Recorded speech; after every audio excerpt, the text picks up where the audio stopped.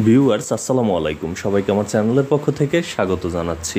জাতীয় বিশ্ববিদ্যালয়ের অধীনে অনার্স চতুর্থ বর্ষের শিক্ষার্থীদের জন্য ব্যবস্থাপনা বিভাগ এর ব্যাংক ব্যবস্থাপনা সাবজেক্টের একটি শর্ট সাজেশন নিয়ে হাজির হয়েছি।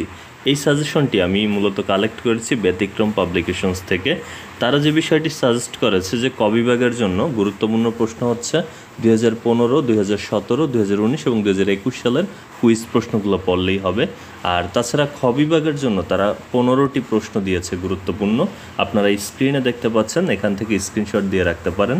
আর যদি কেউ পাশ নিয়ে টেনশনে থাকেন তাদের জন্য এই 15টি থেকেও কিন্তু আপনারা কমিয়ে পড়তে পারেন। সেক্ষেত্রে যে 100% দেওয়া রয়েছে যে প্রশ্নগুলোতে, এই প্রশ্নগুলো পড়লেই কিন্তু পাশ নাম্বারটা ক্যারি করতে পারবেন।